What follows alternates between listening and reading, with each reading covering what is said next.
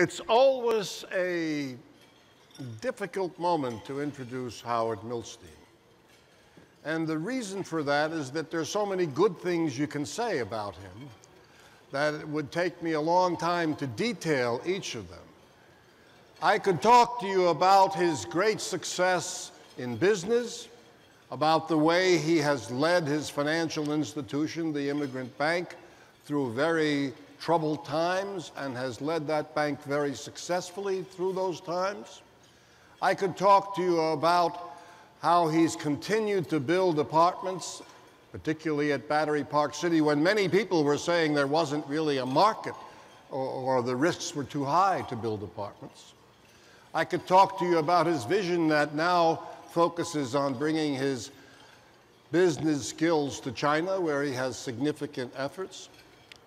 Or I could move completely away from business and talk about philanthropy, where he and his wife, Abby, have made significant contributions to almost all the great institutions in the city of New York, including the New York Library, the Museum of Natural History, and a host of other institutions. I could talk about their philanthropy with regard to the support of education and science and culture, and their support of the hospitals in the city, of Cornell University, of Harvard University. I could talk about Howard's leadership at the American Skin Association, at the blood bank, where he gives, of course, money is very important, where he not only gives money, though, but where he gives his time, and time, and oftentimes this is equal to money, and he gives his leadership and his prodigious management and organizational and administrative skills and his vision to these institutions with which he has long-standing philanthropic relations. I could talk about his participation in community development and economic development across the United States, in Cleveland and in upstate New York and in other cities around the country, and particularly in New York City, where as a community leader he's given great support to the New York City Fire Department and to the New York City Police Department. I could talk about all these things, but there isn't time, and they're all listed very supportively in the tributes that are in the program you have before you. So I won't go through the details of any of these. I could talk about his personality, about his engaging smile, about his sense of humor. When you work with him a long time, I'm a great believer in maintaining a sense of humor, particularly about yourself, and how it does that, about his warmth and his constant desire to improve, about his vast knowledge of wine, about his understanding and love of history, and about his prowess in tennis, about his mastery of golf, and I could talk about the fishing trips I take every year where he is my guest, and that is the only time in our relationship in which I can be instructional to Howard Milstein. So I'm not going to talk about any of these things. I'm going to tell you something about Howard that has great meaning to me, and which tells you more about him as a human being than any of the things I've said. At 3:05 on Monday afternoon, my wife called me and told me that a bomb had exploded at the Boston Marathon. My son-in-law, David Weinstock, was running in the Boston Marathon. My daughter and our two grandchildren were at the finish line of the Boston Marathon. At 4 o'clock, I had a meeting with Howard. I had a very painful and disturbing hour between 3 and 4. But I called Howard at about 3:10 and said, I can't come to the 4 o'clock meeting because this has happened. Howard was immediately responsive. He said, whatever you need, I'll provide. If you need a plane to get to Boston, I'll get you there. If you need a doctor, I'll get a doctor. If you need information, I'll call the people I know in various levels of government, and try and find information for you. I was fortunate. Both my son-in-law and my grandchildren and my daughter were spared, although they were there. But the point of the story is to demonstrate the generosity of spirit of Howard Milstein, his willingness to be helpful, his willingness to share, his willingness to recognize my need and help me in that hour of desperation. And that's why he's my friend. That's why he should be honored, not only for the honor he gives today, but for the many things he's done for this city and for our country and for his friends. Howard Milstein. Do this without pitching it off. You should be here. Okay. Thanks, Julia. See the review? Yeah, this is an original piece of artwork for the first regional plan. Oh, here we go. You're the man behind it.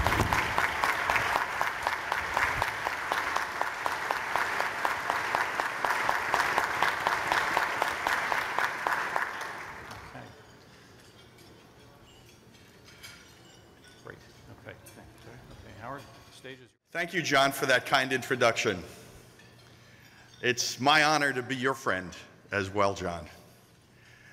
To be with you, all of you today, is a privilege, and to receive this honor, very profound, one for which I will be forever grateful.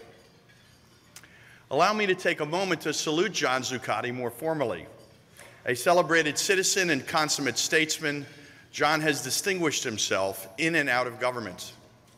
As many of you know, he was a dear friend and trusted colleague of my father, and I'm grateful to be able to call him the same to me. As a former deputy mayor and former chair of the New York City Planning Commission, John has established himself as a visionary in urban planning and civic engagement, paving a path we should all strive to emulate. In both word and deed, John has made our beloved city a better place, and for that, let us join in thanking him.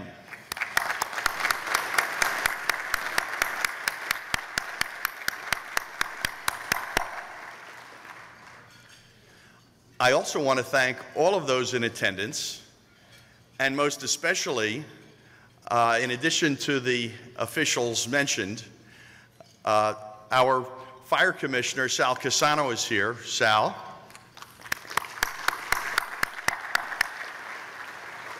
Dimitris Boutros, President of the Battery Park City Authority. And Pat Foy, Chairman of the Port Authority of New York and New Jersey. I know he was mentioned once, but he and I are both chairs of authority, so he gets to be mentioned twice. Pat. And finally, allow me to thank and recognize the RPA, a proven leader in creating innovative and results-driven solutions to the many planning, transportation, and infrastructure challenges facing our region. I didn't know that I was eligible for a Lifetime Achievement Award. After all, I'm still so very young. But on the other hand, I do feel like I've had the opportunity of a lifetime to bring a big, exciting project to life, and in a manner never done before in New York. For my wife, Abby, this may not have always seemed like the opportunity of a lifetime. I want to thank her for the sacrifices she made for this project. It's a handy thing when the love of your life supports all the things in which you invest your time. Thank you, sweetheart.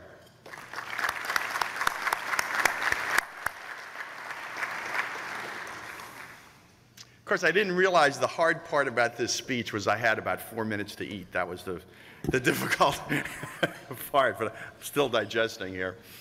Well, anyway, when it comes to investments in infrastructure, it is not merely a matter of how much you spend, but how effectively and efficiently you invest. And when the public's tax or toll dollars are involved, I believe in 4 simple principles. Those who pay for it, the hardworking taxpayers, deserve to know that their tax dollars are being spent responsibly. Those who spend it, we in the government, act with accountability and transparency.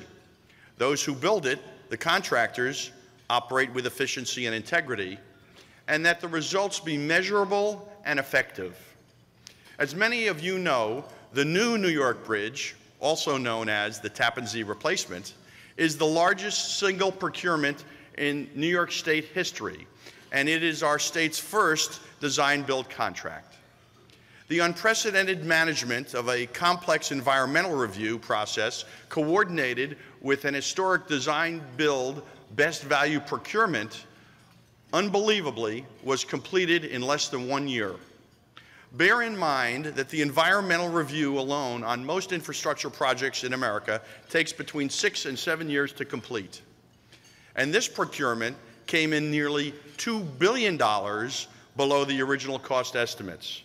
Imagine that, a public works process and project coming in way ahead of schedule and nearly $2 billion under budget.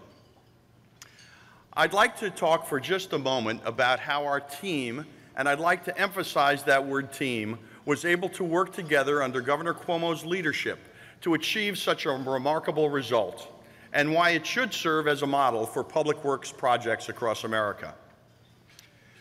Governor Cuomo appointed me as chairman of the New York State Thruway Authority in 2011. I was energized, honored, and humbled by the responsibility to lead the historic procurement process for the construction of the new bridge. For years, beleaguered commuters and frustrated state and local leaders had been talking about the need for a solution. Actions seldom followed the words, and there was simply no progress made for an entire decade. I needed to find out what was going on, and so naturally enough, one of my first calls was to our very own Bob Yarrow. And I've relied heavily on his and the RPA's invaluable counsel ever since. Right from the beginning, my focus was on total time and total cost, on efficiency, effectiveness, and value. Naturally, one of my first questions was this: why does the Tappan Zee Bridge have to be located where the Hudson spans more than 3 miles across the river? Why can't we build the new bridge in a different location where the river is, say, a mile or so across? It's a logical question. Well, Bob and the RPA gave me a history lesson which offered plenty of reasons, mostly good and some bad, for the bridge's current location. But the simple question illustrated what would become and remain our approach throughout the entire process: challenge even the most basic assumptions. Our drive for effectiveness and efficiency remains relentless and is fueled by a duty to the community and a constant need to satisfy another simple question: what will best serve the people who depend on this thoroughfare every single day? Meaningful progress requires constant vigilance. You have to ask questions, demand answers, reject business as usual, to believe in and achieve better.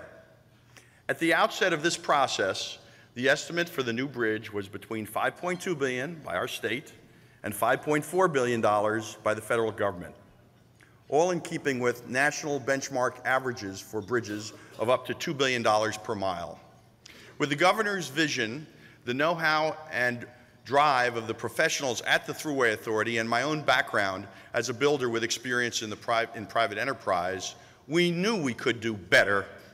Several key principles drove the Tappan Zee procurement process to success and resulted in the billions of dollars of savings that I've mentioned.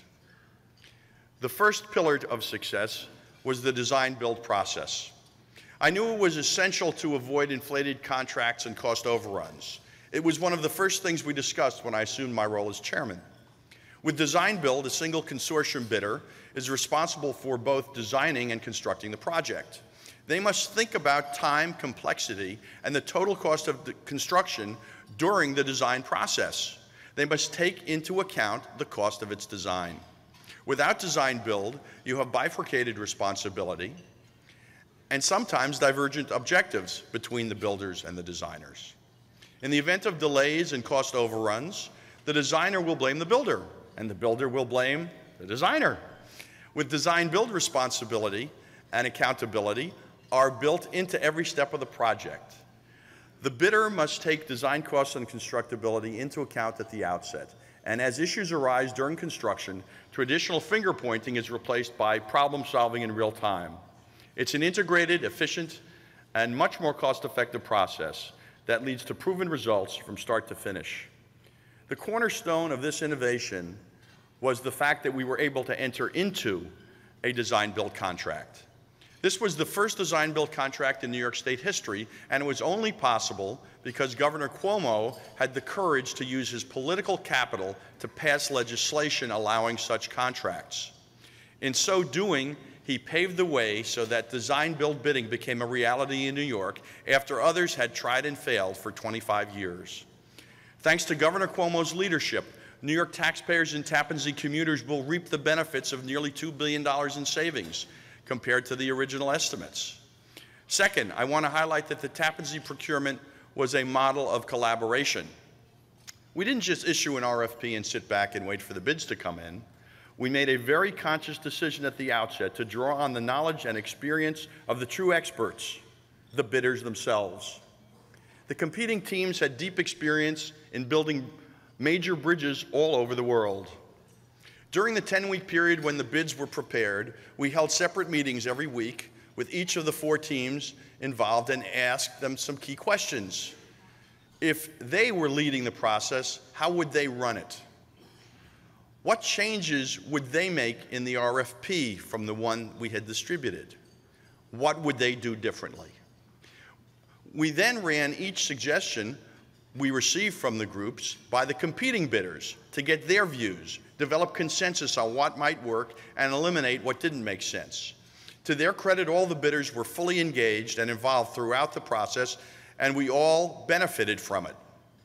In fact, at one point, the bidders got nervous because of the delays in decisions in other matters in the Thruway Authority about bridge tolls in the future. I personally sat down with each bidding group and reassured them that the project was on track and would be far better because of the input we had incorporated from them. In the end, each bidder, completely unprompted, said that the Tappan Zee procurement had been the best process with which they'd ever been involved. These meetings produced unprecedented two-way information sharing. The younger generation might call that crowdsourcing. I just call it good business practice. The third pillar of success that drove this process was transparency. To us, it was a critical element of the success of this project. It informed not only what we did, but also how we did it. It started at the top with the appointment of a blue ribbon panel that identified best value bid proposals. Bob Yarrow was a key part of that panel, along with a host of leaders from the design, construction, transportation, and public procurement arenas. All along the way, we engaged the community, organizing more than 120 community meetings to date, with more planned each week, which have been attended by thousands of local citizens and opinion leaders. And while some project developers simply tolerate input from environmental and other important interest groups, or even view them as opponents, we took a very different approach. We recognized the importance of ensuring our project was environmentally sustainable from the start, and we're committed to honoring and protecting vital Hudson Valley ecosystems and communities, and we welcomed crucial input from those groups. In fact, we were pleased to announce recently that 2 of the most prominent environmental groups have endorsed our project and its environmental plans and mitigation efforts. The fourth pillar is expertise. Throughout the process, I drew upon a network of friends, colleagues, acquaintances, and business people accumulated throughout my entire career. A tremendous breadth of experience and advice was brought to bear in support of this project, and the contributions of those people made an exceptional project into an unparalleled one. Some of you are here in this room today, and I thank you because there is no substitute for the value we gained from your experience. The fifth pillar that drove the success of the project has been private sector experience. Entrepreneurial instincts so ingrained in the running of a private business that their practically muscle memory can help guide the process in ways that complement the highly talented government experts tasked with these giant civil engineering responsibilities. My father, Paul Milstein, who himself developed on a vast scale, was a great believer in building quickly because risk increases geometrically with time, and time is money. The failure to press forward, to keep moving the process along, the failure to apply a business-like discipline to civic affairs, the failure to dig in, understand a problem, and resolve it, all of these could cost the communities around us in very real ways. so we took the other approach. In partnership with the governor and the state, we approached this process as driven entrepreneurial and disciplined stewards. To quote Thruway Authority Executive Director Tom Madison, who's with us here today, quote, "While the pace was fast, the deliberations were thorough and no shortcuts were taken." That's true about this speech also. By no means will the entrepreneurial thinking stop now that we have chosen a contractor. The New York State Thruway Authority maintains an important oversight role during construction, and we are committed to instilling the same level of private sector discipline, planning, and leadership moving forward as much as we have over the past year and a half. We're working hand in hand with the contractor to establish the common goal of delivering a new bridge on time and on budget through integrated collaborative teams and positive working relationships. At the same time, we have incorporated the private sector practice of strict deadlines, penalties, and management requirements to remind the contractor that there are consequences, in some cases amounting to hundreds of thousands of dollars a day, for not adhering to our schedule. Design build was the first of many successful practices that can be borrowed from the private sector and implemented in government. As this project continues, it will venture further in that direction, underlining our determination to constantly look for more opportunities to improve the process. Finally, there's passion. Of these 6 pillars, this is the one that inspired and energized me the most: the passion for an important civic mission. That passion drove my partners in the process, Bob Brownstein, Steve Poland, and our chief engineer, Ted Nadratowski, all of whom are with us today sitting at the Thruway Authority table. They set up and ran the entire process. I realized as the process unfolded that this project was more than a bridge replacement. It had given us the opportunity to create a model for modernizing the nation's infrastructure. Closer to home, the new Tappan Zee Bridge will be a building block that boosts the local economy by driving riverfront development and bringing thousands of jobs to the area. I'm hopeful that the pillars of success for this project will be incorporated in other infrastructure renewal projects for the state of New York. And there's more news on other fronts, which I'll touch on briefly. I mentioned our commitment at the Thruway Authority to spend responsibly, act with accountability, operate efficiently, and drive measurable results.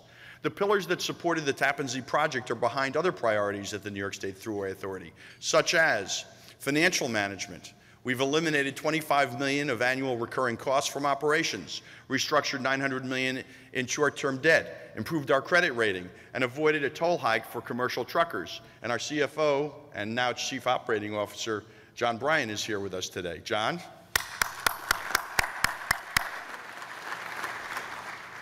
We're using new technology and analytics to address high accident locations to improve public safety. We're moving to all electronic tolls. This not only improves productivity, but also the customer experience and will reduce congestion in metropolitan areas. The new there's the commuter. The new Tappan Zee Bridge will be transit ready on day 1.